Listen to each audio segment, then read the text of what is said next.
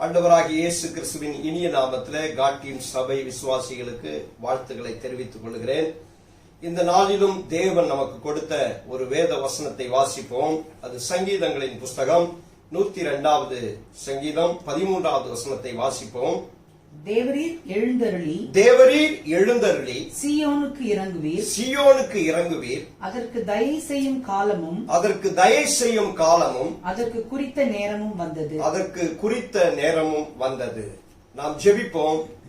எங்களை அதிகமாய் நேசிக்கிற நல்ல பிதாவே, இந்த அருமையான நாளுக்காக உமக்கு நன்றி செலுத்துகிறோம். எங்கள் தேவனாகிய கர்த்தர், ஆண்டவரே, இத்தனை நாட்களாக நாங்கள் வீடுகளிலே முடங்கி கிடந்தாலும் எங்களுக்கு ஆண்டவரே நல்ல சுகத்தையும் ஆண்டவரே பாதுகாப்பையும் நீர் எங்களுக்கு தந்து இதுவரைக்கும் எங்களை போஷித்து காப்பாற்றி எந்த சேதமும் எங்களை அணுகாதபடி நீர் காத்து வருகிறதற்காக நன்றி செலுத்துகிறோம் அப்பா. இப்பொழுதும் ஆண்டவரே உம்முடைய வசனத்தை கேட்கவும் கொடுக்கவும் தேவன் தாமே கிருபை அருளும்படியாய் ஜெபிக்கிறோம். எங்களோடு நீர் பேசும், எங்களை ஆசீர்வதிப்பீராக. இதை கேட்கிற ஒவ்வொருவரையும் நீர் ஆசீர்வதிக்கும்படி நாங்கள் ஜெபிக்கிறோம் அப்பா. இயேசுவின் நாமத்தில் ஜெபிக்கிறோம் நல்ல பிதாவே, ஆமென். எனக்கு அருமையானவர்களே, ஆண்டவர் இம்மட்டும் நம்மை பாதுகாத்தார். கடந்த 35 நாட்களாக நாம் வீடுகளிலே முடங்கி இருந்தாலும் கர்த்தர் நம்மை ஆண்டவர் எல்லா தீங்கிற்கும் விலக்கி பாதுகாத்து நம்மை போஷித்து நமக்கு நல்ல சுகத்தையும் பலத்தையும் கொடுத்து கர்த்தர் நம்மை காத்து வருகிறதற்காக நாம் நன்றியுள்ள இருதயத்தோடு நாம் கர்த்தரை ஸ்தோத்திரிப்போம். இந்த வாசித்த வேத வசனத்தை நான் திரும்பவும் வாசிக்கிறேன். தேவரீர் எழுந்தருளி சீயோனுக்கு இறங்குவீர். அதற்கு தயை செய்யும் காலமும் அதற்கு குறித்த நேரமும் வந்தது. எனக்கு அருமையானவர்களே, இந்த சீயோனை குறித்து வேதம் என்ன சொல்கிறது? இந்த சீயோன் எப்படிப்பட்ட நகரம்? நீங்கள் வாசியுங்கள். சங்கீதங்களின் புஸ்தகம் 87வது சங்கீதம் 1வது வசனத்தை வாசிப்போம். அவர் அஸ்திபாரம் பரிசுத்த பர்வதங்களில் இருக்கிறது. கர்த்தர் யாக்கோபின் வாசஸ்தலங்கள் எல்லாவற்றையும் பார்க்கிலும் சீயோனின் வாசல்களில் பிரியமாயிருக்கிறார். தேவனுக்கு பிரியமான நகரம் சீயோன். ஏனென்றால் அது தாவீதின் நகரம். அங்கே கர்த்தரை ஆராதனை செய்யக்கூடிய ஆராதனை அங்குதான் இருக்கிறது. ஆண்டவர் ரட்சிப்பை அருளுகிற நகரம். அது மட்டுமல்ல, மேசியா ஆளுகை செய்ய போகிற நகரம். அந்த நகரத்தை தேவன் மிகவும் நேசிக்கிறார். ஆனால் அதனுடைய நிலை எப்படிப்பட்டதாக இருந்தது? வாசிப்போம். ஏசாயா தீர்க்கதரிசன புஸ்தகம் 51வது அதிகாரம் 3வது வசனத்தை வாசிப்போம். கர்த்தர் சீயோனுக்கு ஆறுதல் செய்வார். அவர் அதன் பாழான ஸ்தலங்களை எல்லாம் தேறுதல் அடைய செய்து அதன் வனாந்திரத்தை ஏதேனை போலவும் அதன் அவாந்திர வெளியை கர்த்தரின் தோட்டத்தை போலவும் ஆக்குவார். சந்தோஷமும் மகிழ்ச்சியும் துதியும் கீத சத்தமும் அதில் உண்டாயிருக்கும். நாம் பார்க்கிறோம் அந்த வசனத்துல சீயோன் பாழான ஸ்தலம் என்று சொல்லப்பட்டிருக்கிறது. பாழாய் போயிற்று என்று சொல்லப்பட்டிருக்கிறது. அது வனாந்திரமாக மாறிவிட்டது என்று சொல்லப்பட்டிருக்கிறது. அது மட்டுமல்ல, அது அவாந்திர வெளியாய் இருந்தது என்று சொல்லப்பட்டிருக்கிறது. ஆண்டவர் அதை ஆசீர்வாதமான ஒரு நகரமாய் வைத்திருந்தார். ஆனால் அது பாழாய் போயிற்று. அது வனாந்திரத்தை போல மாறிற்று. அது அவாந்திர வெளியாய் மாறிற்று என்று சொல்லப்பட்டிருக்கிறது. ஏசாயா தீர்க்கதரிசன புஸ்தகம் 1வது அதிகாரம் 8வது வசனத்தை வாசிப்போம். சீயோன் குமாரத்தி திராட்சை தோட்டத்தில் உள்ள ஒரு குச்சியை போலவும் வெள்ளரி தோட்டத்தில் உள்ள ஒரு குடிசை போலவும் முற்றுகை போடப்பட்ட ஒரு பட்டணம் போலவும் மீந்திருக்கிறாள். இங்கு நாம் பார்க்கிறோம், சீயோன் குமாரத்தி ஒரு திராட்சை தோட்டத்தில் உள்ள ஒரு குச்சியை போலவும் வெள்ளரி தோட்டத்தில் உள்ள ஒரு குடிசையை போலவும் முற்றுகை போடப்பட்ட ஒரு பட்டணம் போல மீந்திருக்கிறார் என்று வேதம் சொல்கிறது. எனக்கு அருமையானவர்களே, சீயோன் நகரம் அதனுடைய மகிமையை இழந்து போய், ஆராதனைகளை இழந்து போய், அது சத்துருக்களால் கொள்ளையடிக்கப்பட்டு அங்க இருக்கிற ஜனங்கள் அடிமைகளாக கொண்டு போகப்பட்டு ஒரு பாழான ஸ்தலத்தை போல சீயோன் நகரம் மாறிவிட்டது. ஆண்டவர் ஆனால் அந்த நகரத்தை குறித்து தான் இப்படியாக சொல்லுகிறார். 102வது சங்கீதம் 13வது வசனத்தை நாம் மீண்டும் வாசிப்போம். தேவரீர் எழுந்தருளி தேவரீர் எழுந்தருளி சீயோனுக்கு இறங்குவீர், சீயோனுக்கு இறங்குவீர், அதற்கு தயை செய்யும் காலமும் அதற்கு தயை செய்யும் காலமும் அதற்கு குறித்த நேரமும் வந்தது. அதற்கு குறித்த நேரமும் வந்தது.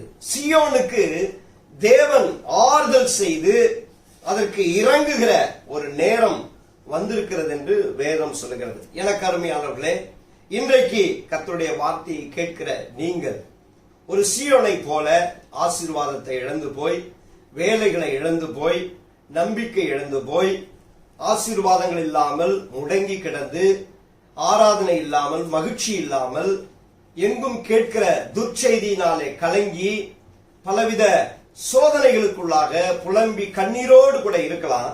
ஆனால் ஆண்டவருடைய வார்த்தை இப்படியாக சொல்லுகிறது, தேவரீர் எழுந்தருளி சீயோனுக்கு இறங்குவீர், அதற்கு தயை செய்யும் காலமும் அதற்கு குறித்த நேரமும் வந்தது என்று வேதம் சொல்லுகிறது. எனக்கு அருமையானவர்களே, நாம் இப்படிப்பட்ட கடினமான பாதையில நாம் நடந்து போகும் பொழுது நாம் தேவனை குறித்து என்ன நினைக்கிறோம்? கர்த்தர் நம்மை மறந்து விட்டார், அவர் நம்மை கைவிட்டார் என்று சொல்லி நாம் நினைக்கிறோம்.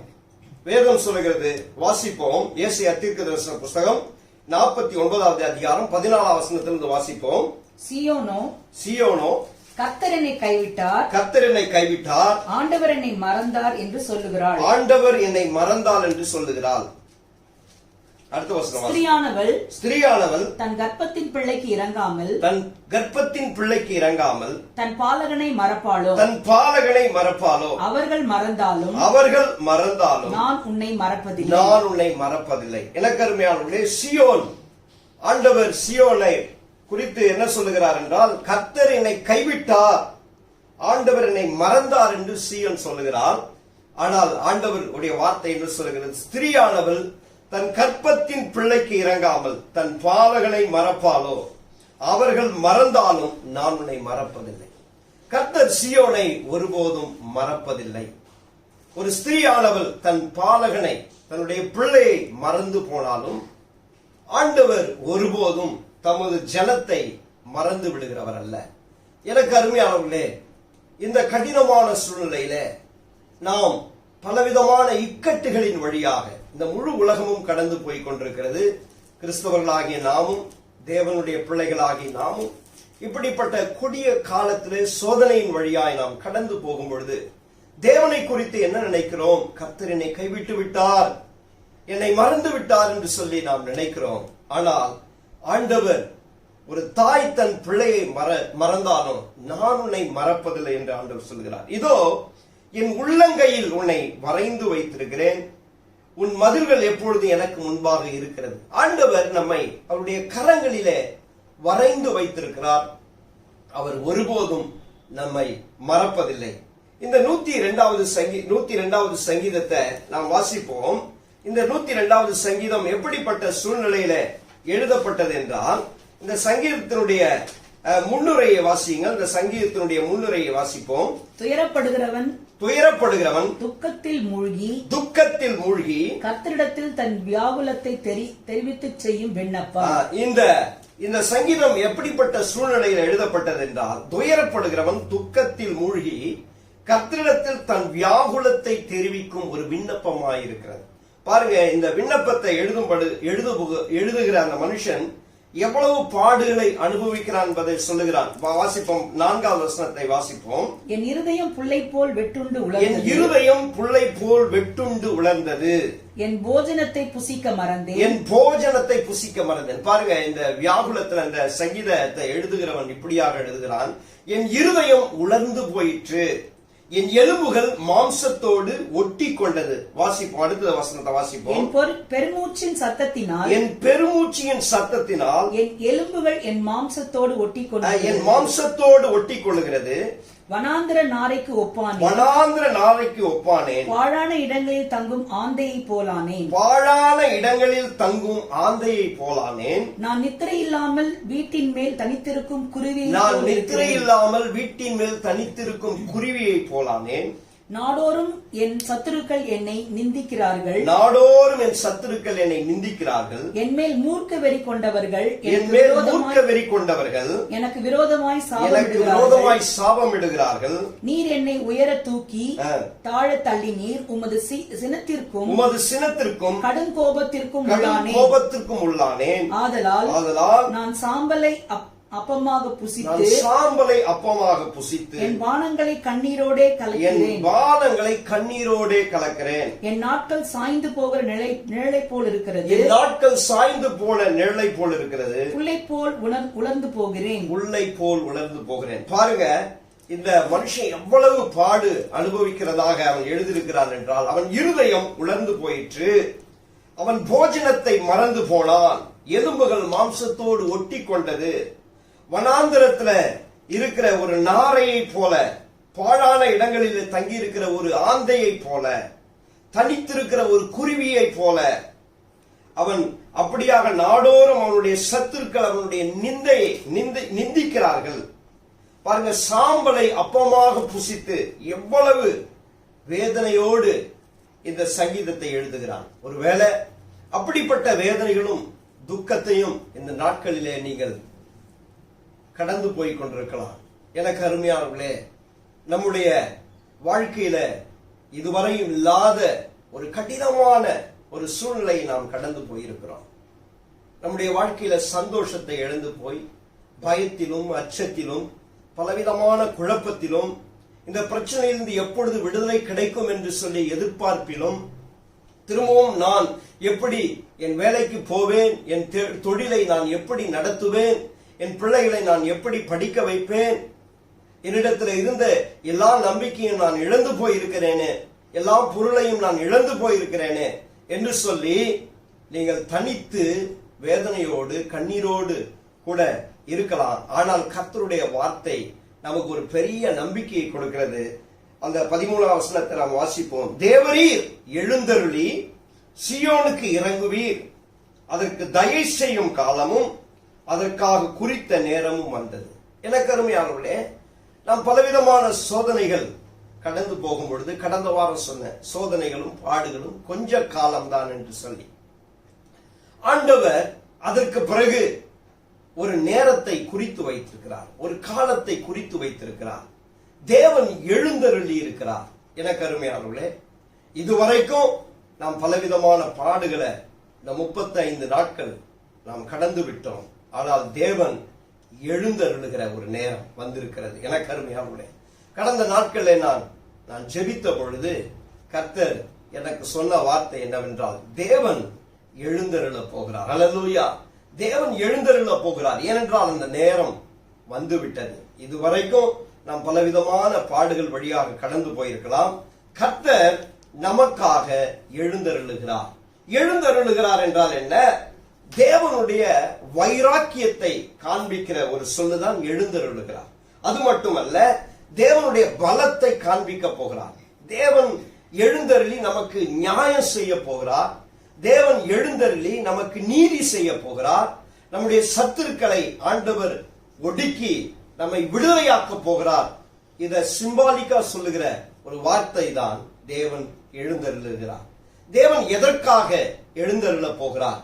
இதைத்தான் இன்றைக்கு நான் உங்களோடு கூட பேச போகிறேன். 3 காரியத்தை குறித்து நான் உங்களோடு பேச போகிறேன். தேவன் எதற்காக எழுந்தருள போகிறார்? முதலாவது, தேவன் எதற்காக எழுந்தருள போகிறார்? வாசிப்போம். 102வது சங்கீதம் 16வது வசனத்தை வாசிப்போம். திக்கற்றவர்களுடைய ஜெபத்தை அலட்சியம் பண்ணாமலும் அவர்கள் விண்ணப்பத்தை அங்கீகரிப்பார். எனக்கு அருமையானவர்களே, திக்கற்றவர்களுடைய ஜெபத்தை அவர் அலட்சியம் பண்ணாமல் அவர்களுடைய விண்ணப்பத்தை அங்கீகரிப்பார். நாம் இங்கு பார்க்கிறோம், திக்கற்றவர்கள் யாரு? அனாதைகள் அல்லது கைவிடப்பட்டவர்கள், எளியவர்கள், உதவியற்றவர்கள், போக்கு வழி இல்லாதவர்கள், இவர்களை தான் திக்கற்றவர்கள். இங்கிலீஷ்ல டெஸ்டிடியூட் அப்படின்னு சொல்லப்பட்டிருக்கிறது. எனக்கு அருமையானவர்களே, கைவிடப்பட்டவர்கள், நம்பிக்கையற்றவர்கள், போவதற்கு வழி தெரியாதவர்கள், இவர்களுடைய ஜெபத்தை தேவன் அலட்சியம் பண்ணாமல் எனக்கு அருமையானவர்களே, கடந்த 35 நாட்களாக நாம் வீடுகளிலே முடங்கி ஜெபம் பண்ணி கொண்டிருக்கிறோம். என்ன செய்வதென்று நமக்கு தெரியவில்லை. இந்த முழு உலகமே புலம்பிக் கொண்டிருக்கிறது. நாம் கர்த்தரை நோக்கி ஜெபம் பண்ணி கொண்டிருக்கிறோம். அடுத்தது என்ன செய்வது? எப்பொழுது இதிலிருந்து நமக்கு விடுதலை கிடைக்கும்? நாம் இதை முடித்து நாம் எப்பொழுது வெளியே போய் நம்முடைய வேலைகளை பார்ப்போம்? நம்முடைய ஆராதனைக்கு நாம் எப்பொழுது நாம் தேவ ஆலயத்தில் போய் கர்த்தரை ஆராதிப்போம்? நாம் என்ன செய்ய போகிறோம் என்று சொல்லி நமக்கு ஒன்றும் தெரியாமல் நாம் விழித்து கொண்டிருக்கிறோம். ஒரு திக்கற்றவர்களை போல இருக்கிறோம். ஆனால் நம்முடைய ஜெபத்தை தேவன் ஒருபோதும் அலட்சியம் பண்ண போகிறதில்லை. தேவன் நம்முடைய ஜெபத்துக்கு பதில் கொடுக்க எழுந்தருளுகிறார். அல்லேலூயா, அல்லேலூயா. கர்த்தர் நம்முடைய ஜெபத்துக்கு பதில் கொடுப்பதற்காக தேவன் எழுந்தருளி இருக்கிறார். அதற்கான நேரம் வந்துவிட்டது. கர்த்தர் நம்முடைய ஜெபத்துக்கு பதில் கொடுக்கிற நேரம். ஆண்டவர் நிச்சயமாக நம்முடைய ஜெபத்துக்கு பதில் கொடுக்க போகிறார். நீங்கள் வாசியுங்கள், சங்கீதம் 9வது சங்கீதம் 18வது வசனத்தை வாசியுங்கள். எளியவன் என்றைக்கும் மறக்கப்படுவதில்லை. எளியவன் என்றைக்கும் மறக்கப்படுவதில்லை. சிறுமைப்பட்டவர்களுடைய நம்பிக்கை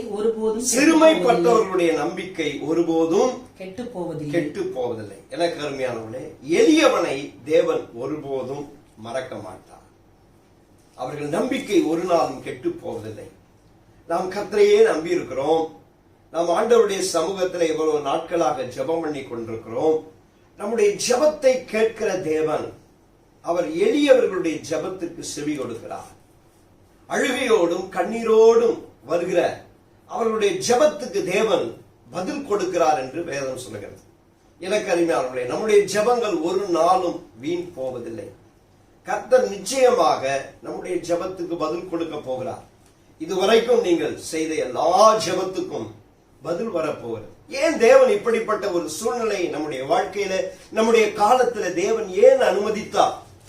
எனக்கு அருமையானவர்களே, இந்த நாட்கள் உண்மையாலுமே என்னுடைய வாழ்க்கையில மிகவும் ஆசீர்வாதமான நாட்கள். கடந்த 35 நாட்களாக நான் ஒவ்வொரு நாளும் தேவ சமூகத்துல ஒரு 5 மணி நேரமாவது ஜெபம் பண்ணுவதற்கு தேவன் எனக்கு கிருபை கொடுத்திருக்கிறார். ஒவ்வொரு நாளும் 5 மணி நேரம் ஜெபம் பண்ணினேன். தேவனோடு கூட சஞ்சரித்தேன். தேவன் அநேக காரியத்தை குறித்து பேசினார். கர்த்தர் அநேக காரியத்தை வெளிப்படுத்தினார். எனக்கு அருமையானவர்களே, நம்முடைய ஜெபத்துக்கு பதில் வருகிற நேரம் வந்துவிட்டது. அல்லேலூயா. உங்களுடைய கண்ணீருக்கு பதில் கொடுக்கிற நேரம் வந்திருக்கிறது. ஆண்டவர் எழுந்தருளி இருக்கிறார். நிச்சயமாக நம்முடைய ஜெபத்துக்கு தேவன் பதில் கொடுப்பார். நீங்கள் வாசியுங்கள், ஆதியாகமம் புஸ்தகம் 21வது அதிகாரம் 14வது வசனத்தை வாசிப்போம். ஆபிரகாம் அதிகாலையில் எழுந்து அப்பத்தையும் ஒரு துருத்தி தண்ணீரையும் எடுத்து ஆகாருடைய தோளின் மேல் வைத்து பிள்ளையையும் ஒப்பு கொடுத்து அவளை அனுப்பிவிட்டார். அவள் புறப்பட்டு போய் பெயர்செபாவின் வனாந்திரத்திலே அலைந்து திரிந்தாள். எனக்கு அருமையானவர்களே, நாம் இங்கு ஆகார் என்ற ஒரு ஸ்திரியை குறித்து நாம் பார்க்கிறோம். ஆபிரகாமுடைய சாராளுக்கு அடுத்தது அவருடைய மனைவி ஆகார் என்ற ஒருத்தி இருந்தார். அவளை ஆபிரகாம் கைவிட்டான். அவளையும் அவருடைய பிள்ளையையும். அவள் ஒரு அடிமை பெண்ணாய் இருந்தபடினால அவளையும் அவளுடைய பிள்ளையையும் கைவிட்டு அவர்களுக்கு ஒரு துருத்தி தண்ணீரும் கொஞ்சம் அப்பத்தையும் கொடுத்து அவர்களை அனுப்பிவிட்டான். அவள் பெயர்செபா வனாந்திரத்தில் அலைந்து கொண்டிருந்தாள் தன் பிள்ளையோடு. துருத்தியில் இருந்த தண்ணீரும் செலவழிந்து போயிற்று. பிள்ளை தண்ணீர் இல்லாமல் சாக கிடக்கிறான். அவள் கர்த்தரை நோக்கி கதறி அழுது ஆண்டவரை நோக்கி கூப்பிட்டாள்.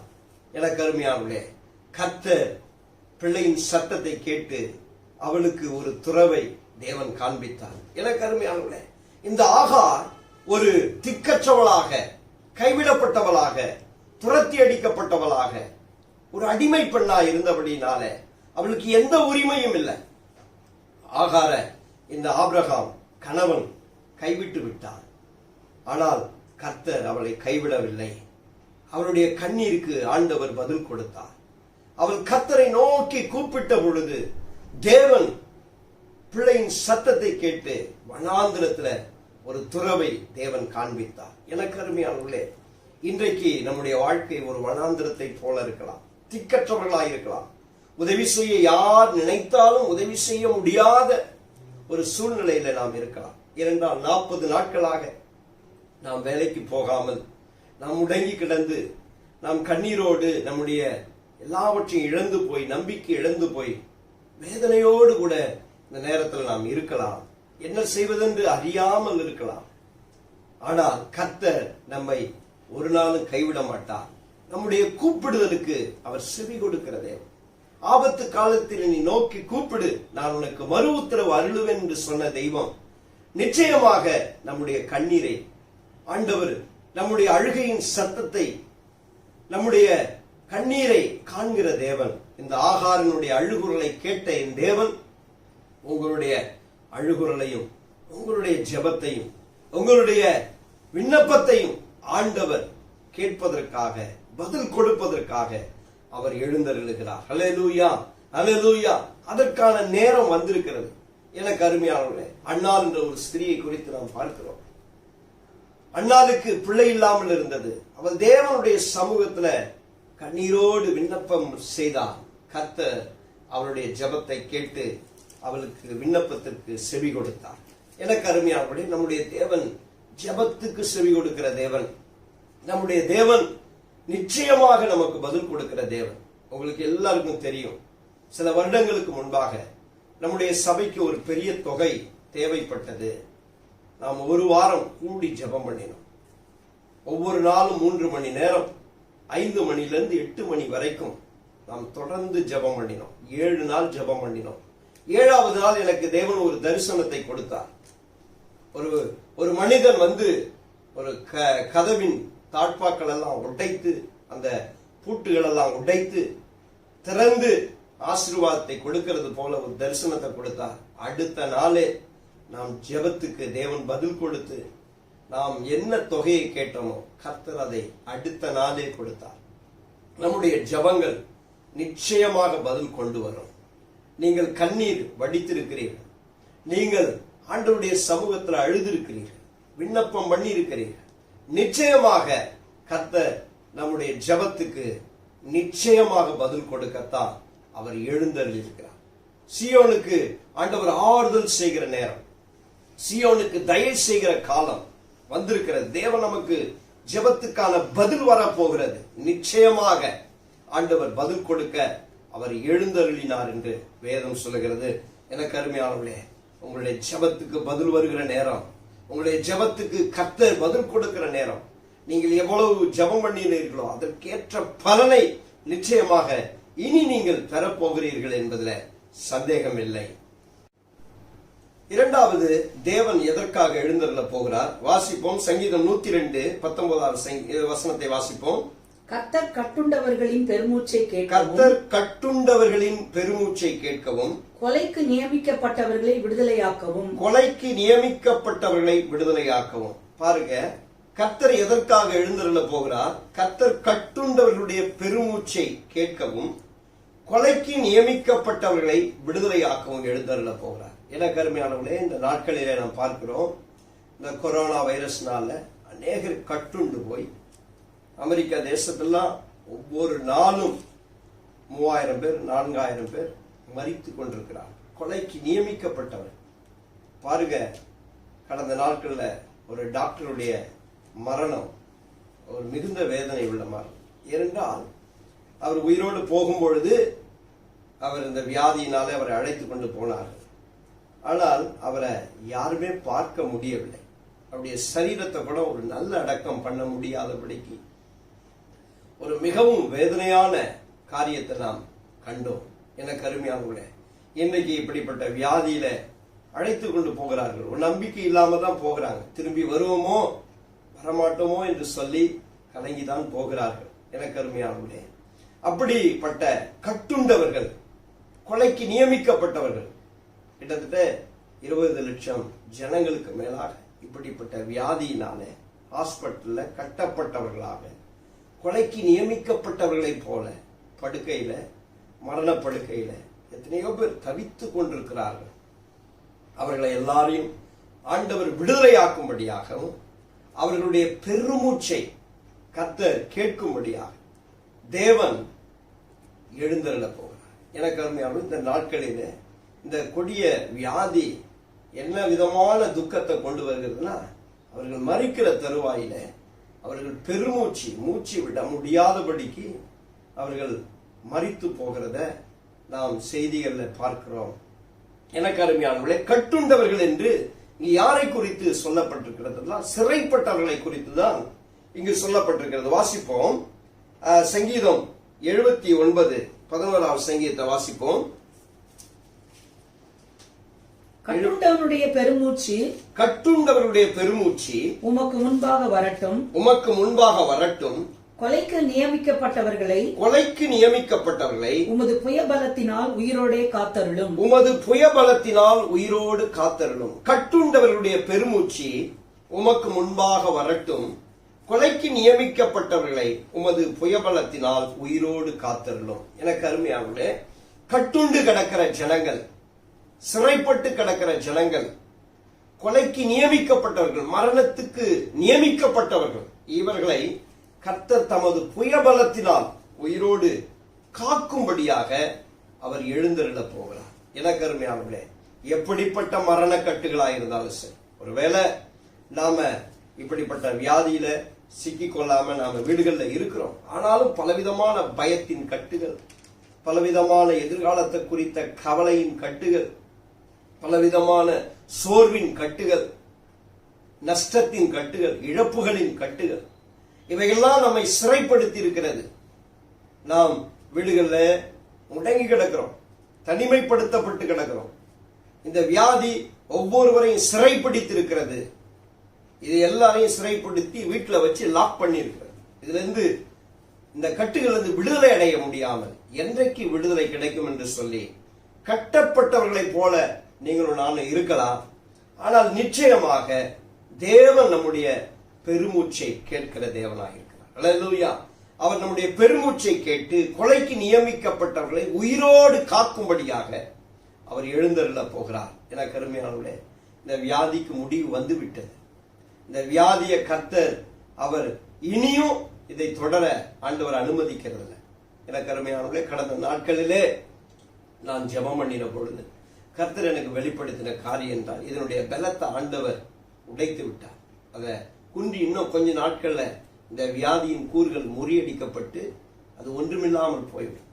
சமீப நாட்கள்ல கேட்கிற நல்ல செய்திகள் என்னன்னா, அநேகர் இந்த வியாதியில இருந்து அநேகர் விடுதலை ஆகி ஹாஸ்பிட்டல் இருந்து சுகமாகி வந்து கொண்டிருக்கிறத நாம் கேட்கிறோம்.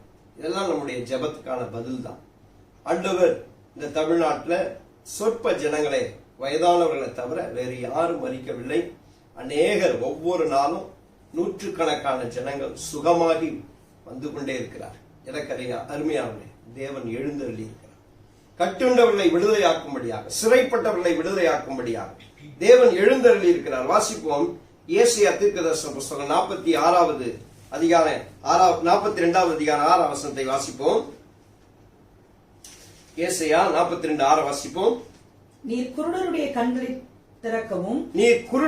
கண்களை திறக்கவும், கட்டுண்டவர்களை காவலிலிருந்தும் இருளில் இருக்கிறவர்களை சிறைச்சாலையில் இருந்தும் விடுவிக்கவும். கட்டுண்டவர்களை காவலிலிருந்தும் இருளில் இருக்கிறவர்களை சிறைச்சாலையில் இருந்து விடுவிக்கவும். பாருங்க, இந்த இடத்துல பாருங்க, கட்டுண்டவர்கள் சிறைப்பட்டவர்கள். ஒருவேளை இந்த நாட்கள்ல சிறைப்பட்டவர்கள்லாம் கொஞ்சம் வசதியாக தான் இருக்கிறாங்க.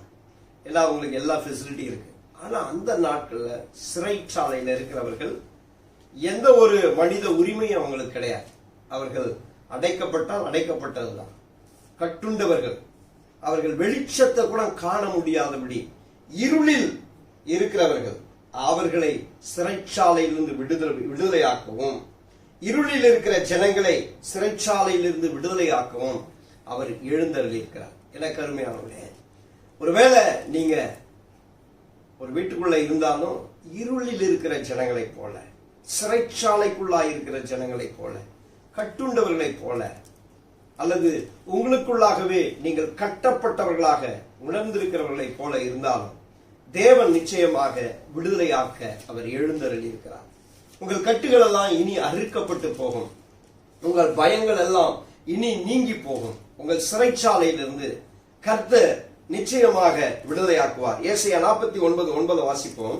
ஏசாயா 49:9 வாசிப்போம். கட்டுண்டவர்களை நோக்கி கட்டுண்டவர்களை நோக்கி புறப்பட்டு போங்கள் என்றும், புறப்பட்டு போங்கள் என்றும், இருளில் இருக்கிறவர்களை நோக்கி இருளில் இருக்கிறவர்களை நோக்கி வெளிப்படுங்கள் என்றும் சொல்லவும், வெளிப்படுங்கள் என்று சொல்லவும், நான் உம்மை காப்பாற்றி நான் உம்மை காப்பாற்றி உம்மை ஜனங்களுக்கு உடன்படிக்கையாக ஏற்படுத்துவேன். உம்மை ஜனங்களுக்கு உடன்படிக்கையாக ஏற்படுத்துவேன். அவர்கள் வழியோரங்களில் மேய்வார்கள், சகல மேடுகளிலும் அவர்களுக்கு மேய்ச்சல் உண்டாயிருக்கும். அல்லேலூயா.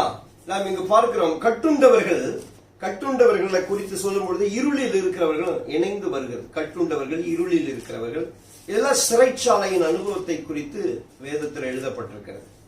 அந்த நாட்கள்ல தேவனுடைய ஜனத்தை சத்துருக்கள் கொண்டு போய் சிறைச்சாலையில வைத்து முடக்கி அவர்களை கட்டுண்டவர்களாக கட்டி போட்டு அடிமைகளாக வைத்திருந்தார்கள். இன்றைக்கு ஒருவேளை நீங்கள் பலவிதமான அடிமைத்தனத்துக்குள்ளாக, பாவம் என்ற அடிமைத்தனத்துக்குள்ளாக, வியாதி என்ற கட்டுக்குள்ளாக, சாபம் என்ற கட்டுக்குள்ளாக, பலவிதமான சோதனைகள்ல சிக்கி, கடன் பிரச்சனையில சிக்கி கலங்கி போய் கட்டுண்டவர்களாக, வெட்கப்பட்டவர்களாக, நிந்திக்கப்பட்டவர்களாக, சுமை சுமந்து கொண்டிருக்கிறவர்களாக இருக்கலாம். கர்த்தர் நிச்சயமாக இந்த நாட்கள்ல நம்மை ரட்சிக்கும்படிக்கு எழுந்தருளியிருக்கிறார். நீங்கள் பாருங்கள், தானியேல் புஸ்தகம் 3வது அதிகாரம் 23ஆம் வசனத்துல வாசிப்போம். சாத்ராக் மேஷாக் ஆபேத் நேகோ என்னும் அந்த மூன்று புருஷரும் கட்டுண்டவர்களாக எரிகிற அக்கினி சூளையில் நடுவிலே விழுந்தார்கள். ஹல்லேலூயா. இங்க பாருங்க, கர்த்தருக்காக பக்தி வைராக்கியமாக அந்த பொற்சிலையை வணங்க மாட்டோம் என்று சொல்லி கர்த்தருக்காக பக்தி வைராக்கியமா இருந்தவர்களை கட்டுண்டவர்களாக அந்த அக்கினி நடுவிலே விழுந்தார்கள். ஹல்லேலூயா. பாருங்க, அந்த கட்டுண்டவர்களை விடுதலையாக்கும்படியாக தேவன் அக்கினிக்குள்ளாக கடந்து போனார். எனக்கு அருமையானவர்களே, உங்களை எப்படிப்பட்ட கட்டுகள் இருந்து உங்களை அக்கினி ஜுவாலையில தூக்கி போட்டாலும் அக்கினிக்குள்ளாக வந்து தேவன் நம்மை ரட்சிக்க வல்லமையுள்ளவர். தேவன் அப்படியே சும்மாவே இருக்க மாட்டார். நிச்சயமாக நம்முடைய கட்டுகளையும் நம்முடைய வேதனைகளையும் நம்முடைய கண்ணீரையும் கண்டு அவர் எழுந்தருளி நம்மை விடுவிக்கும்படியாக நிச்சயமாக இறங்கி வருகிறார். அதற்கான தயவு செய்யும் காலம், அதற்கான குறித்த நேரம் வந்திருக்கிறது என்று வேதம் சொல்லுகிறது. எனக்கு அருமையானவர்களே, கர்த்தர் நிச்சயமாக இந்த சாத்ராக் மேஷாக் ஆபேத் நேகோ அவர்களை கட்டுண்டவர்களாக அக்னியிலே போட்டார். ஆனால் தேவன் அவர்கள் மத்தியில உலாவி அந்த கட்டுகளை எல்லாம் அறுத்து தேவன் அந்த அக்னிக்குள்ளிருந்து அவர்களை கொண்டு வந்தார். நம்முடைய வாழ்க்கையில இப்படிப்பட்ட கட்டுகள், நம்முடைய எல்லா வேதனைகள், பாடுகள், இவைகள் எல்லாவற்றிலிருந்து கர்த்தர் நிச்சயமாக விடுதலை ஆக்கும் பொழுது ஒரு மகிமை நம்மை தேடி வரும், ஒரு ஆசீர்வாதம் நம்மை தேடி வரும். இதெல்லாம் நம்முடைய வாழ்க்கையில தேவன் வீணாக அனுமதிக்கவில்லை. தேவன் இரட்டிப்பான ஆசீர்வாதத்துக்காகத்தான் தேவன் இவைகளை நம்முடைய வாழ்க்கையில அனுமதித்திருக்கிறார். யோபுவினுடைய வாழ்க்கையை நாம் பார்க்கிறோம். அவனுக்கு எல்லா ஆசீர்வாதமும் இருந்தது. அவன் ஒரு பக்தியுள்ள மனுஷனாகத்தான் இருந்தான். ஆனாலும் சாத்தான் அவனை சோதித்தான். கர்த்தர் ஒரு நாள் அவன் கட்டுகளை எல்லாவற்றையும் அறுத்து அவனை இரட்டிப்பான ஆசீர்வாதத்தினால கர்த்தர் ஆசீர்வதித்தார். எனக்கு அருமையானவர்களே, இந்த நாட்கள் இரட்டிப்பான ஆசீர்வாதத்தை கொண்டு வர நாட்கள். இந்த நாட்கள் இரட்டிப்பான நன்மையை கொண்டு வருகிற நாட்கள்.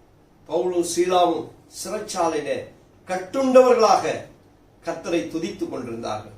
தேவன் தூதனை அனுப்பி அவர்கள் சிறைச்சாலையில் இருந்து அவர்களை வெளியே கொண்டு வந்தார்.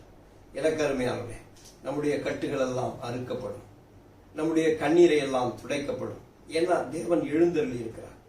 ஏன்னா அதற்குரிய காலம் வந்திருக்கிறது, அதற்குரிய நேரம் வந்திருக்கிறது.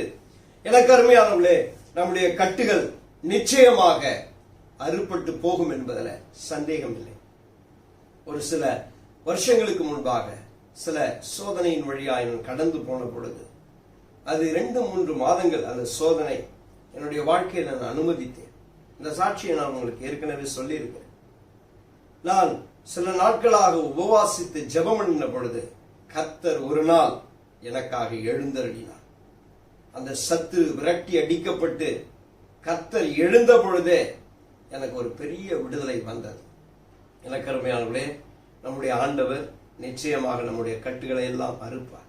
நம்முடைய கட்டுகளை மட்டுமல்ல, இன்னும் எத்தனையோ பேர் ஹாஸ்பிட்டல்ல வியாதியின் கட்டுகள்ல, கொலைக்கு நியமிக்கப்பட்டவர்களாக மரண கட்டுகள்ல கலங்கிக் கொண்டிருக்கிற அநேகரை கர்த்தர் எழுந்தருளி விடுதலையாக்க போகிறார். ஆண்டவர் அநேகரை சுகமாக்க போகிறார்.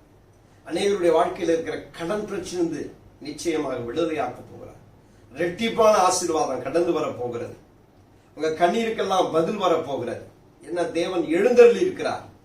ஆண்டவர் நிச்சயமாக எல்லாவித சோதனைகள், கட்டுகள், மரண கண்ணிகள் இவைகள் எல்லாவற்றிலிருந்து விடுதலையாக்கி கர்த்தர் நிச்சயமாக நம்மை ஆசீர்வதிக்க போகிறார் என்பதில் சந்தேகம் இல்லை. அதற்கான குறித்த நேரமும் அதற்கான காலமும் வந்திருக்கிறது என்று இந்த வார்த்தை சொல்லுகிறது. அதனால நீங்கள் ஒன்றை குறித்தும் கவலைப்படாமல், கர்த்தர் சீக்கிரமாக கர்த்தர் பெரிய காரியத்தை நம்முடைய வாழ்க்கையில செய்ய போகிறார். அந்த மகிழ்ச்சியோடு அந்த பவுலும் சீலாவும் எப்படி சிறைச்சாலைக்குள்ளாக கர்த்தரை துதித்து பாடினார்களோ, அதே போல நீங்களும் நானும் இந்த நாட்களில் பாடி கர்த்தரை துதித்து கொண்டே இருப்போம். கர்த்தர் எழுந்தருளி நம்மை விடுதலையாக்க போகிறார் என்பதில் சந்தேகம் இல்லை. கர்த்தர் தாமே நிச்சயமாக இந்த கட்டுகளிலிருந்து நம்மை விடுதலையாக்குவாரா. மூன்றாவது, தேவன் எதற்காக எழுந்தருள போகிறார் வாசிப்போம். 102வது சங்கீதம் 21வது வசனம் 22வது வசனத்தை வாசிப்போம். கர்த்தருக்கு ஆராதனை செய்ய, கர்த்தருக்கு ஆராதனை செய்ய ஜனங்களும் ராஜ்யங்களும் ஏகமாய் கூடிக்கொள்கையில் சீயோனில் கர்த்தருடைய நாமத்தையும் எருசலேமில் அவருடைய துதியையும் பிரஸ்தாபப்படுத்துவார்கள். அல்லேலூயா. எதற்காக தேவன் எழுந்தருள போகிறார் என்றால், அவருடைய நாமத்தை பிரஸ்தாபப்படுத்த எழுந்தருள போகிறார். அல்லேலூயா, அல்லேலூயா. எதற்காக ஆண்டவர் எழுந்தருள போனார்? முதலாவது எதற்காக பார்த்தோம் என்றால், விண்ணப்பத்தை கேட்பதற்காக, சிறுமைப்பட்டவருடைய ஜெபத்தை கேட்பதற்காக கர்த்தர் எழுந்தருள போகிறார். இரண்டாவது, கட்டுண்டவர்களையும் கொலைக்கு நியமிக்கப்பட்டவர்களை விடுதலையாக்கவும் எழுந்தருள போகிறார். மூன்றாவது, கர்த்தருடைய நாமத்தை பிரஸ்தாபப்படுத்துவதற்காக அவர் எழுந்தருள போகிறார். எனக்கு அருமையானவர்களே, தேவனுடைய நாமம் பிரஸ்தாபப்பட போகிறது. நான் கடந்த நாட்களிலே நான் ஆண்டவருடைய சமூகத்திலே நான் ஜெபம் பண்ணி கொண்டிருந்த பொழுது தேவன் என்னோடு கூட அதிகமாய் பேசின ஒரு காரியம், இந்த நாட்களுக்கு பிறகு ஒரு பெரிய ரிவைவல். இதைத்தான் அநேக ஊழியர்களோடும் கர்த்தர் பேசியிருக்கிறார். ஒரு பெரிய ரிவைவலை கர்த்தர் நிச்சயமாக கட்டளையிட போகிறார். என்ன நடக்க போகிறது? வருகிற நாட்கள்ல ஆலயங்கள்லாம் நிரம்பி வழிய போகிறது. ஜனங்கள்லாம் கூடி வந்து முழங்கால் யாவும் முடங்க போகிறது. நாவுகள் எல்லாம் அறிக்கை செய்ய போகிறது. எங்கும் துதியின் சத்தமும் ஜெப சத்தமும், கர்த்தரை ஆராதனைக்கிற ஆராதனைகளும், ஜனங்கள் எல்லாம் கர்த்தரை மகிமைப்படுத்த போகிறார். அவருடைய நாமத்தை அவர் பிரஸ்தாபப்படுத்த போகிறார். எனக்கு அருமையானவர்களே, கடந்த நாட்களில் நான் ஜெபம் பண்ணின பொழுது கர்த்தர் என்னோடு தெளிவாக ஒரு காரியம் பேசினார். இந்த சென்னை பட்டணத்துல ஆண்டவர் ஒரு பெரிய ரிவைவலை கர்த்தர் கட்டளையிட போகிறார்.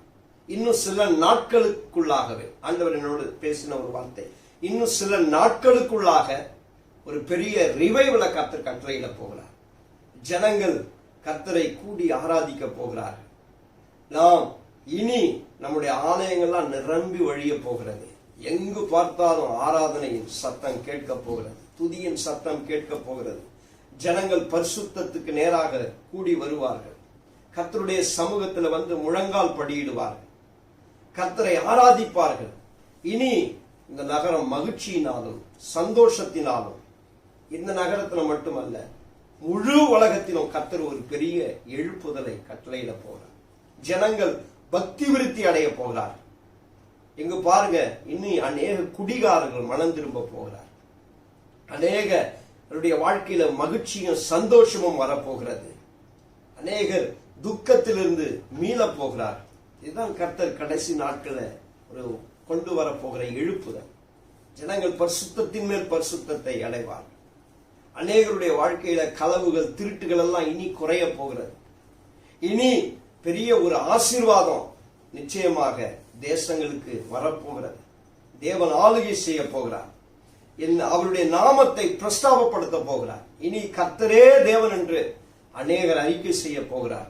இனி விக்கிரக ஆராதனைகள் எல்லாம் குறைந்து போய், வேசித்தனங்கள் எல்லாம் குறைந்து போய், தேசத்துல இனி ஒரு பரிசுத்தம் காணப்பட போகிறது. எல்லா அக்கிரமத்தையும் கர்த்தர் ஒழித்து போட போகிறார். எல்லா பிசாசின் கிரியைகள், பில்லி சூனியங்கள் கிரியைகள் எல்லாம் அழிக்கப்பட போகிறது. தேவன் எழுந்தருளி இருக்கிறார். நீங்கள் வாசிப்போம் யாத்திராகமம் புஸ்தகம் 14வது அதிகாரம் 4வது வசனத்தை வாசிப்போம். ஆகையால் பார்வோன் அவர்களை பின்தொடரும்படிக்கு நான் அவன் இருதயத்தை கடினப்படுத்தி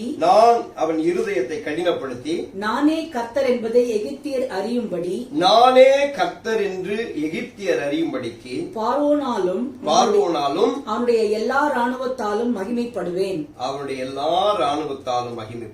பாருங்க, ஆண்டவர் பார்வோன் இருதயத்தை ஆண்டவர் கடினப்படுத்தினார். பார்வோன் இருதயத்தை ஏன் ஆண்டவர் கடினப்படுத்தினார் என்றால்,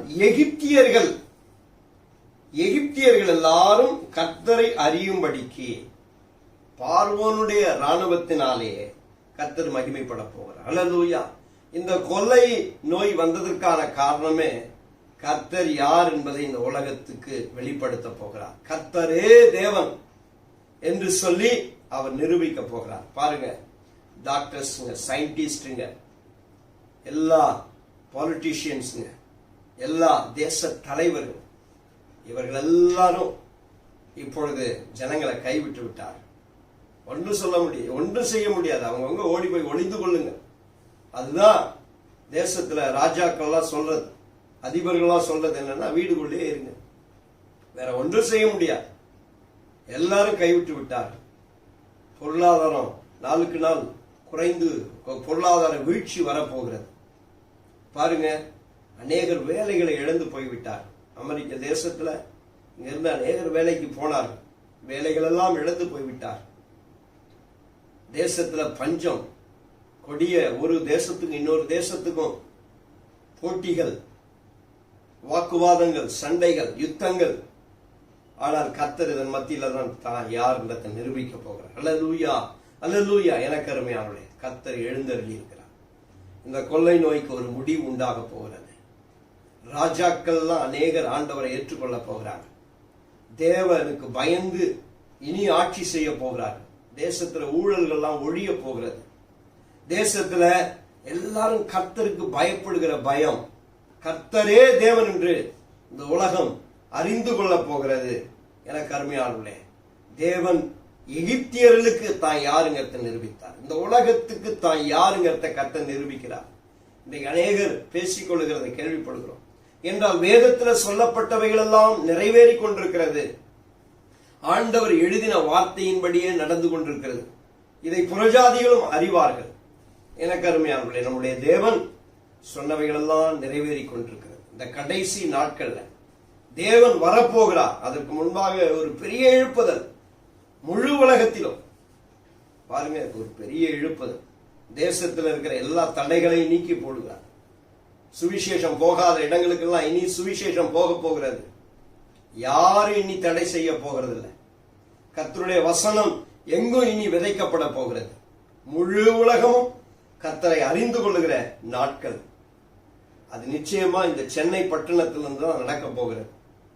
எத்தனையோ பேர், எத்தனையோ வருஷமாக, நான் கிட்டத்தட்ட ரட்சிக்கப்பட்டு 28 வருஷமாகிறது. இந்த 28 வருஷமாக எழுப்பதற்காக அநேக தலைவர்கள், அநேக தேவ ஊழியர்கள் ஜெபித்தார்கள். அந்த எழுப்புதல நாம பார்க்க போவோம். எனக்கு அருமையானவர்களே, நிச்சயமாக தேவனுடைய நாமம் பிரஸ்தாபப்பட போகிறது. ராஜாக்களும் புறஜாதி மக்களும், அவரை எதிர்த்தவர்களும் அவரை புறக்கணித்தவர்களும் இன்றைக்கு அவரே தேவன் என்று சொல்லுகிற நாட்கள் வந்திருக்கிறது. கர்த்தர் எழுந்தருளி இருக்கிறார். நாம் வாசிப்போம், யாத்திராகமம் 14, 17, 18 வாசிப்போம். எகிப்தியர் உங்களை பின்தொடர்ந்து வரும்படி நான் அவர்கள் இருதயத்தை கடினப்படுத்தி பார்வோனாலும் அவன் ரதங்கள் குதிரை வீரர்கள் முதலாகிய அவனுடைய எல்லா ராணுவத்தாலும் மகிமைப்படுவேன். இப்படி நான் பார்வோனாலும் அவன் ரதங்களாலும் அவன் குதிரை வீரர்களாலும் மகிமைப்படும் பொழுது நானே கர்த்தர் என்பதை கர்த்தர் என்பதை எகிப்தியர் அறிவார்கள். அல்லேலூயா. அன்றைக்கு ரதங்கள், குதிரைகள் இவர்கள் மூலமாய் நானே கர்த்தர் என்று தேவன் வெளிப்படுத்தினார். இன்னைக்கு கண்ணுக்கு தெரியாத இந்த கொரோனா வைரஸ் மூலமாக கர்த்தர் தன்னை யாருன்னு காண்பிக்க போகிறார். அல்லேலூயா. இந்த கண்ணுக்கு தெரியாத கொரோனா வைரஸ் அநேகரை நடுநடுங்க செய்து கொண்டிருக்கிறது. அநேகரை அது அநேகருடைய உயிரை பறித்து கொண்டு போகிறது. எனக்கு அருமையானவர்களே, அதே போல தேவன் பாருங்க, அநேகருக்கு ஜீவனை கொடுக்க போகிறார். அநேகருடைய வாழ்க்கையை மாற்ற போகிறார். அநேகருடைய வாழ்க்கையை மறுரூபப்படுத்த போகிறார். இது ஒன்றும் பெரிய காரியம் அல்ல. தேவன் ஜனங்களுக்குள்ள ஒரு பெரிய மாற்றத்தை கொண்டு வந்து அவர் மகிமைப்பட போகிறார் என்பதுதான் இந்த சம்பவம் நமக்கு வெளிப்படுத்துது. இது வந்த நாள்ல இருந்து தேவன் என்னோடு பேசிக் கொண்டிருக்கிற ஒரு காரியம் எழுப்புதல், எழுப்புதல், எழுப்புதல். தேவன் ஒரு பெரிய எழுப்புதலை கட்டளையிட்டு நானே கர்த்தர் என்பதை ஆண்டவர் நிச்சயமாக நிரூபிக்க போகிறார். அதற்காகத்தான் தேவன் இது ஆண்டவர் இந்த சூழ்நிலையை கொண்டு வந்தார். ஏன் இதை கொண்டு வந்தார் என்று எல்லாருக்கும் கேள்வி. ஏன் இப்படிப்பட்ட ஒரு சூழ்நிலை வந்தது? ஏன் இப்படிப்பட்ட ஒரு வைரஸ்? ஜனங்களுக்கு இப்படிப்பட்ட சூழ்நிலையில தான் கடவுளை பற்றி யோசிப்பாங்க, தேவனை பற்றி யோசிப்பாங்க. மற்ற நேரத்தில் தேவனை பற்றி அவர்கள் யோசிப்பதற்கு நேரம் இல்லை. இப்பதான் எல்லாருக்கும் ஒரு கேள்வி, தேவனை பற்றி ஒரு கேள்வி. தேவன் இருக்கிறாரா இல்லையா? யார் அவர்? எனக்கு அருமையானவர்களே, தேவன் இதை அனுமதித்திருக்கிறார். அதுக்கு ஒரே காரணம், அவர் மகிமைப்பட போகிறார். இந்த வியாதி தேவனை மகிமைப்படுத்த போகிறது. தேவன் யார் என்பதை இந்த உலகத்திற்கு காண்பிக்க போகிறது. இந்த சென்னை பட்டணத்துக்கு காண்பிக்க போகிறது. எனக்கு அருமையானவர்களே, ஆண்டவர் நிச்சயமாக மகிமைப்பட போகிறார். ஏன்னா கர்த்தர் எழுந்தருளி இருக்கிறார். அவர் நாமம் மகிமைப்பட போகிறது. நீங்க வாசிப்போம். உபாகமம் 28வது அதிகாரம் 7வது வசனத்தை வாசிப்போம். உனக்கு விரோதமாய் எழும்பும் உன் சத்துருக்களை கர்த்தர் உனக்கு முன்பாக முறியடிக்கப்படும்படி ஒப்புக் கொடுப்பார். ஒரு வழியாய் உனக்கு எதிராக புறப்பட்டு வருவார்கள். 7 வழியாய் உனக்கு முன்பாக ஓடி போவார்கள். எனக்கு அருமையானவர்களே, கர்த்தர் நிச்சயமாக எழுந்தருளி இருக்கிறார். ஏன்னா நம்முடைய சத்துருக்கள்லாம் நம்மளை விட்டு ஓடி போக போறாங்க. எதெல்லாம் உங்களை கட்டி வைத்திருந்ததோ, எந்த பயம் எல்லாம் உங்களை கட்டி வந்த பயம் எல்லாம் அறுக்கப்பட்டு ஓடி போக போகிற எல்லா பொல்லாத மனுஷர்கள், உங்களுக்கு விரோதமா எழும்பின மனுஷர்கள் எல்லாம் மனம் திரும்ப போறாங்க. உங்களுக்கு விரோதமா இருக்கிற ஆயுதங்கள்லாம் முறியடிக்கப்பட போகிறது. எல்லா சத்துருக்களையும் கர்த்தர் முறியடித்து நிச்சயமாக நமக்கு ஒரு ஜெயத்தை கொடுக்க போகிறார். அதான் சங்கீதம் 23:5 சொல்லுகிறது. சங்கீதம் 23:5, என் சத்துருக்களுக்கு முன்பாக நீர் எனக்கு ஒரு பந்தியை ஆயத்தப்படுத்தி என் தலையை எண்ணெயால் அபிஷேகம் பண்ணி என் பாத்திரம் நிரம்பி வழிகிறது. அல்லேலூயா, அல்லேலூயா. இதற்கு பிறகு நிச்சயமாக நமக்கு ஒரு ஆசீர்வாதம் வருகிறது. ஏனென்றால் தேவன் நாமம் பிரஸ்தாபப்படுத்துகிறார். கர்த்தர் நம்மை ஆசீர்வதிக்கிற தேவன். கர்த்தர் நம்முடைய தேவன். அவர் உயிருள்ள தேவன். அவர் ஜீவனுள்ள தேவன். இதுக்கு பிறகுதான் நாம கர்த்தரை மகிமைப்படுத்த போறோம். இன்னும் கர்த்தரை நாம உயர்த்த போகிறோம். கர்த்தர் நாமம் எங்கும் மகிமைப்பட போகிறது. எனக்கு அருமையான தேவன் எழுந்தருளி இருக்கிறார். 3 காரியத்தை நான் உங்களோடு கூட சொன்னேன். எதற்காக தேவன் எழுந்தருளினார்? 1, விண்ணப்பத்தை கேட்கும்படி, திக்கற்றவருடைய ஜெபத்திற்கு செவி கொடுக்கும்படி தேவன் எழுந்தருளி இருக்கிறார். 2வது, கட்டுண்டவர்களை, கொலைக்கு நியமிக்கப்பட்டவர்களை விடுதலையாக்கும்படி தேவன் எழுந்தருளி இருக்கிறார். 3வது, அவருடைய நாமத்தை பிரஸ்தாபப்படுத்தும்படி தேவன் எழுந்தருளி இருக்கிறார்.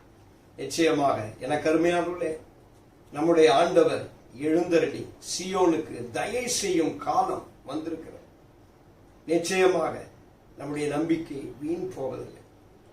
நம்முடைய எதிர்பார்ப்புக்கு தேவன் பதில் கொடுக்க போகிறார்.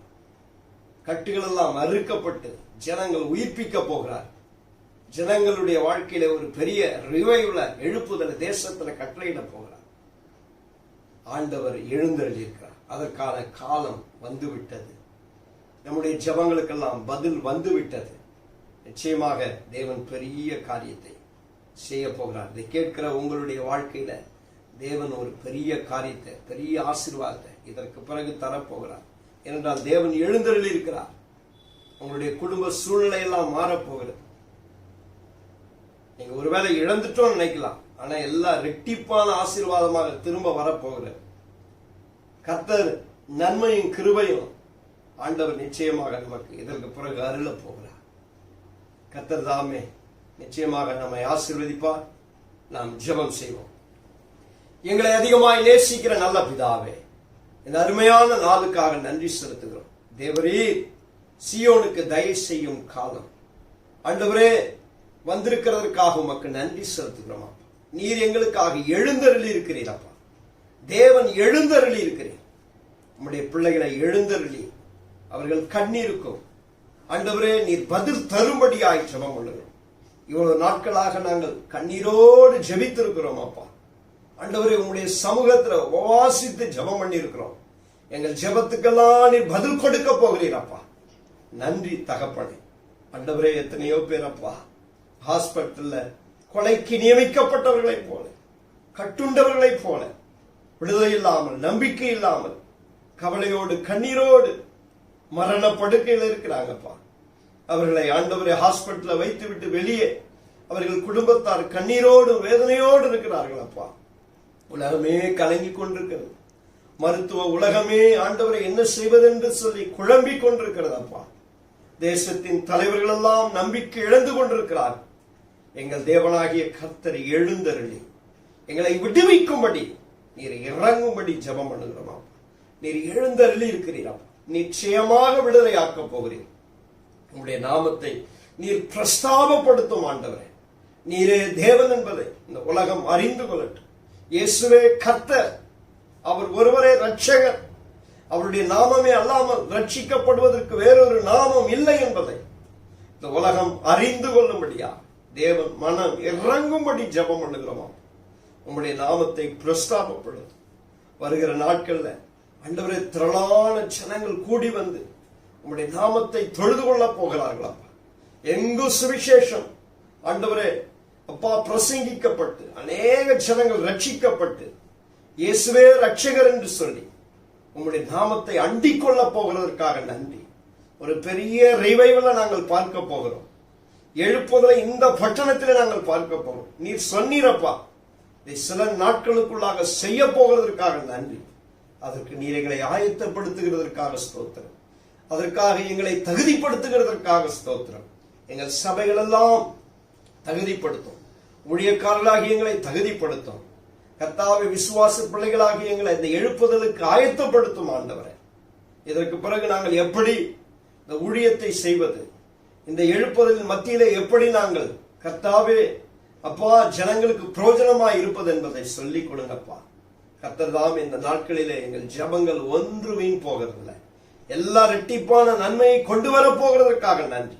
சீக்கிரமாய் இந்த லாக்டவுன்ல இருந்து ரிலீஸ் ஆகி எங்கள் வேலைகளை நாங்கள் கவனிக்கவும், இழந்து போன ஆசீர்வாதத்தை திரும்பவும் பெற்றுக்கொள்ளவும் உதவி செய்யும். தேசங்களின் பொருளாதார நிலையை தூக்கி நிறுத்துவீரார். பசியிலும் பட்டினியிலும் ஆண்டவரே தனிமையிலும் ஆதரவில்லாமல் தவித்துக் கொண்டிருக்கிற ஒவ்வொருவரையும் நினைவு கூறுவீராக சுவாமி. ஹாஸ்பிட்டல்ல படுக்கையில் இருக்கிற ஒவ்வொருவரையும் தொட்டு சுகமாக்குவீரார். இனி கொரோனா மரணம் இல்லை என்று நாங்கள் கேள்விப்பட உதவி செய்யுங்க. அற்புதங்கள் நடக்கிறதுக்காக ஸ்தோத்திரம். தேவன் பெரிய காரியத்தை எங்கள் மத்தியில் செய்யும். இயேசுவின் நாமத்தில் ஜெபிக்கிறோம் நல்ல பிதாவே. ஆமென், ஆமென். கர்த்தர் தாமே உங்களை ஆசீர்வதிப்பாராக. ஆமென், ஆமென்.